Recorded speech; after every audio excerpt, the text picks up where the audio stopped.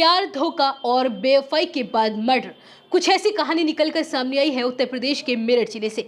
यहाँ एक युवक को उसकी प्रेमिका ने शादी के बहाने नोएडा दनकौर के मंडावा गांव से मेरठ बुलाया। यहाँ चाय में नशीला पदार्थ मिलाकर उसे पिलाई और जब वो बेहोश हो गया तो अपनी बहन, भाइयों और जीजा के साथ मिलकर दुपट्टे से उसका गला घोट दिया और फिर लाश को टुकड़ों में काटा और बोरों में भरकर फेंक दिया। और अब पुलिस ने इस वारदात का खुलासा करते हुए मृतक युवक की प्रेमिका दानिश्ता, उसकी बहन रुखसाना और जीजा फिरोज को अरेस्ट कर लिया है और आरोपी भाइयों को पकड़ने के लिए पुलिस दबिश दे रही है। दरअसल मेरठ लिसाड़ी गेट थाना के आमिर गार्डन में नाले के पास 9 फरवरी को बोरे में एक युवक की लाश मिली थी। लाश 3 टुकड़ों में बटी हुई थी।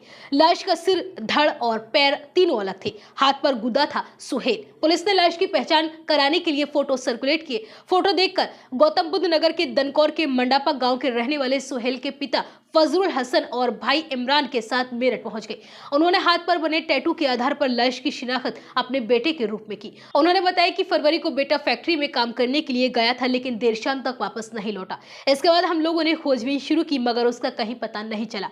पुलिस को परिजनों से पूछताछ में पता चला कि सुहेल का पड़ोस में रहने वाली एक महिला से अफेयर था। सुहेल के पिता ने पुलिस को बताया कि 6 महीने पहले उनका परिवार बुलंदशहर गुलावटी से आकर मंडावा गांव में रहने लगे थे। यही बेटे का पड़ोसी महिला दानिश्ता से अफेयर हो गया। दानिश्ता शादीशुदा है और उसका पति तालिब है। एक दिन दानिश्ता और सुहेल दोनों भाग गए। तब दानिश्ता के घर वालों ने गुमशुदगी की रिपोर्ट दर्ज करवाई थी। इसके बाद पुलिस ने दोनों को बरामद किया। दोनों परिवारों में समझौता हो गया था। कुछ दिन बाद दानिश्ता अपने पति परिवार के साथ मेरठ लिसाड़ी गेट आकर बस गई। हमें लगा कि दोनों में बातचीत बंद हो गई है, मगर वह महिला अभी भी सुहेल से बात करती थी। इसके बाद पुलिस ने जांच शुरू की। जांच में पता चला कि सुहेल ने लास्ट कॉल दानिश्ता को की थी। इसके आधार पर पुलिस ने दानिश्ता को पूछताछ के लिए उठाया और सख्ती से पूछताछ की तो उसने अपना जुर्म कबूल कर लिया। पुलिस पूछताछ में प्रेमिका ने बताया कि सुहेल के पास उसकी अश्लील फोटो और वीडियो थे। सुहेल इसे वायरल करने की धमकी देता था और मुझ पर शादी का दबाव बनाता था। ये बात उसने अपने परिवार वालों को बताई। इसके बाद से पूरा परिवार